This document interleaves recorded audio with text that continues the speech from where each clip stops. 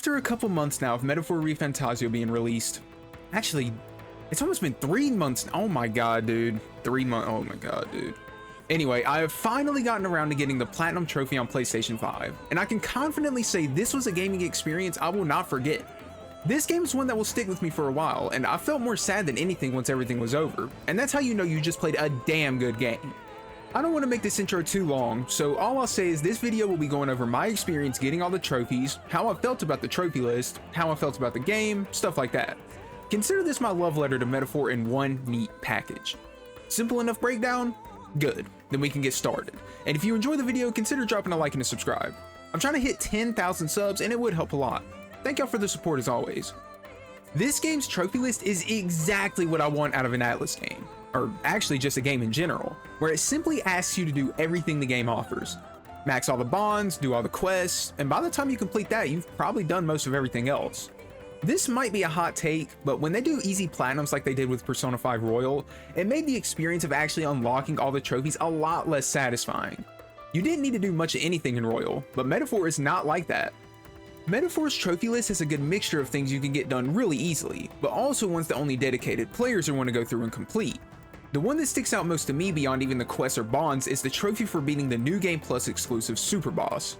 If you don't really like this game, then you're just not going to go for this at all, since the Super Boss is level 99 and requires hella preparation even if you know exactly what you're doing. It more or less requires an entire second playthrough, which I'm more than happy to do. Trophies like this are good because it separates a more laid-back fan from a dedicated fan, you know what I mean? And that's the entire point of trophies, to show your dedication or skill to a game. Since I've been playing these games for well over 5 years by this point, I've learned how Atlus likes to design their games, so I had an easier time doing this platinum than a newer player would have. This isn't me trying to be elitist, so I hope I'm not coming off that way. I really do think anybody can enjoy this game, but I do really like trophy lists that ask more than the bare minimum from the player. Metaphor requires good time management and planning, and if you decide to play on a harder difficulty like I did, then skill to an extent. I will say that Metaphor is probably the easiest game besides maybe Persona 5 Royal to get everything done in one playthrough. None of the requests are complicated, there aren't too many bonds to get done, so as long as you get the dungeons done in like 1 or 2 days, then you'll be smooth sailing. Honestly, I think the hardest trophy to get on your first playthrough is the one for cooking all the recipes, because there's a lot you gotta do to do this. You gotta do fishing, you gotta like check the gauntlet runner for these items that you can only get in the gauntlet runner. The game doesn't tell you this. I think there's like a merchant you can talk to, or not a merchant, but an informant. But I don't know, I just, cooking was kind of weird to me. I just didn't use it much, even though you get the best items in the game from it. Actually, now that I'm thinking about it, there's a good few trophies in this game that are kind of a pain in the ass to get. Some of the others besides like the cooking and the quests are Debate Me, All That Glitters, and Summon Mask Time. For Debate Me, you have to win a debate against all the candidates, and this in itself isn't hard at all, but it's really easy to miss a candidate. Rival candidates on random dates will do a speech to people and you can debate them, but if you miss these dates, you're shit out of luck and the game doesn't tell you when the candidates are doing a debate, so you kind of just have to check the podiums and hope you don't miss anything. Then for All That Glitters, you have to obtain at least 46 of the 50 gold beetle collectibles, and it's pretty damn easy to miss some of these. There's usually 1 or 2 in every dungeon you enter, so you have to explore very thoroughly, and then there are beetles around the various cities as well. This means you gotta bash your head against the wall to find them, or just look up a guide, but I didn't end up using one. I managed to get this on my blind run by the skin of my damn teeth. I had just enough. I had to search the cities forever, man, oh my god. Summon Mask Time is just cringe, I'm not even gonna lie, because you have to create all the different masks and vessels for the Masked Dancer and Summoner classes respectively, and it's semi-RNG on whether you'll even be able to do this on first playthrough. To create the mask, you need blank white masks of various arcana, and then you can get these by defeating enemies. Certain enemies drop certain masks, which it sounds pretty simple in concept, you know, you defeat enemies, you get the masks, and then you can create them. Sounds simple. But I swear, some of the masks are rare as hell, because I would have infinite full masks, but then none of the judgment ones, for example.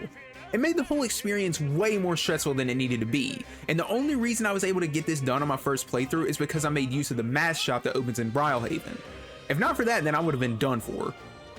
The vessels were a lot easier to get because you can just buy most of them from a shop in the Virga Island area. But even if you don't do that, you get most of them by doing all the quests and whatnot anyways.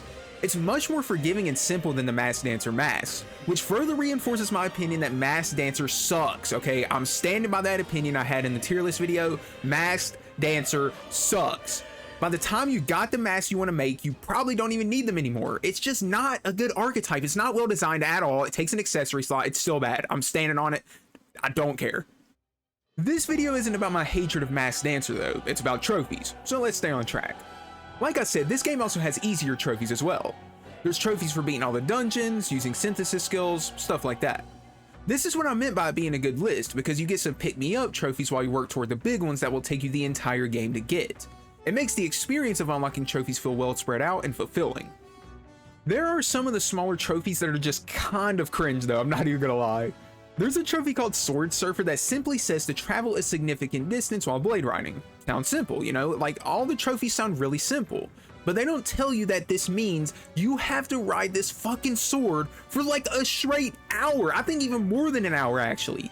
Since I was using the fast travel to move around the city, I wasn't using the sword much, but it seems they wanted you to use it way more. I was there for so long I had to rubber band my controller like it was in a saw trap just to get the trophy. It was ridiculous. There's also a trophy for talking to Gallica 100 times, but since it has a cute Zelda reference, I won't hate on it too much. That's just really cool. I think I've touched on everything I want to talk about regarding the main trophies themselves, so now I can start talking about my journey getting the trophies. I did manage to get a good amount of them on my first playthrough. I got the ones for maxing all the bonds and all the smaller ones, but I did end up missing a few. I missed the debates, the cooking recipes, the cringe masks, god I just hate Masked Dancer, and all the quests. The quest one was just more funny than anything. I got to the very end of the game in the final dungeon and realized I missed a single quest that I just completely forgot about doing. It was a quest near the beginning where you have to cook something for a girl in Martira, and since I wasn't cooking much in my first run, she was sitting there waiting forever for a recipe that would never come. Sorry, Martira lady. This exact kind of thing happened in my reload playthrough, where I just forgot or overlooked something and ended up needing to do another playthrough. But it was less grueling in this game since you needed to do a new game plus run anyway for the Dragon Super Boss.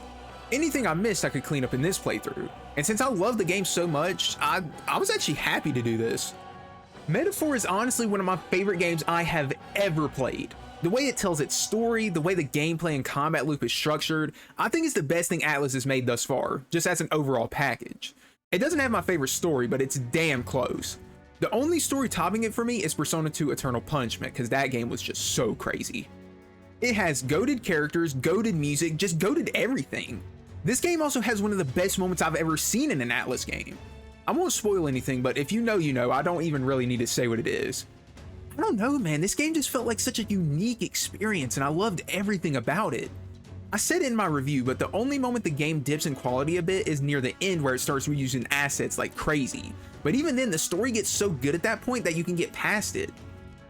Then on top of the goated story, it has a really fun and rewarding combat system.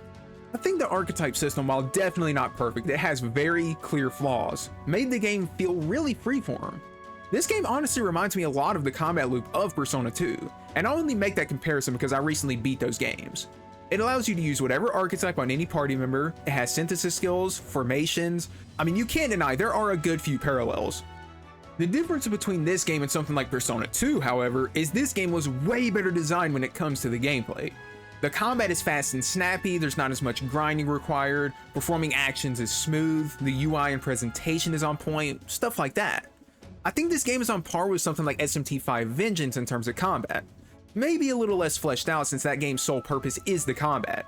I'd hope it is good since Metaphor offers more beyond the combat loop. SMT5 is just purely focused around the gameplay almost solely. The main thing I'll say about Metaphor that I found myself to really dislike after going for the trophies is the New Game Plus. As I was doing my cleanup, I just found myself thinking over and over again, wow, this is the most bare bones New Game Plus I've ever played, and that's for a few reasons. The main one is that even on the New Game Plus specific difficulty, the game doesn't get rebalanced to accommodate for how broken you can actually get. You have the best equipment in the game against the starting level enemies, which means you can one-shot everything with normal attacks. This means the entirety of New Game Plus is you one-shotting everything, just getting unscathed triumphs the whole way through, no challenge whatsoever, which is really lame to be honest. That's not even the worst thing though. The worst part is that while your archetype progress does carry over, you can't use them until you fulfill the conditions, so maxing out the bonds or whatever. This is the killing blow for me, because there are archetypes you get at the very end of the game that you didn't get to use much, so you'd think New Game Plus would be your excuse to use them, right? Nope. You don't get to use them. Imagine if in like Shin Megami Tensei 5 or Persona 5, you just couldn't use your compendium for basically the whole game on New Game Plus. Sounds kind of ass, right? Yeah, that's basically what this game does.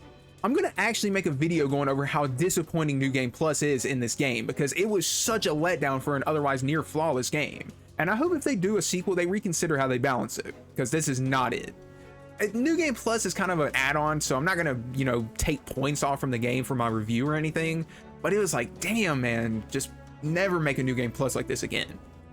That being said, I still enjoyed going through doing all the cleanup for the trophies, but I was just thinking again, like over and over, I was like, this could have been so much more fun and enjoyable and just better. Even the New Game Plus Super Boss was easy as hell, since you can cheese the hell out of it with the Sublime Spoonful items you can get via cooking. You can literally beat it without getting hit a single time. It's actually pretty funny, I'll admit, and I definitely cheesed the hell out of it. And after doing that, I had my shiny platinum and was on my way. Getting this game's platinum and just going through it was a fucking blast, and I really recommend you all to go out and trophy hunt games you're passionate about as well.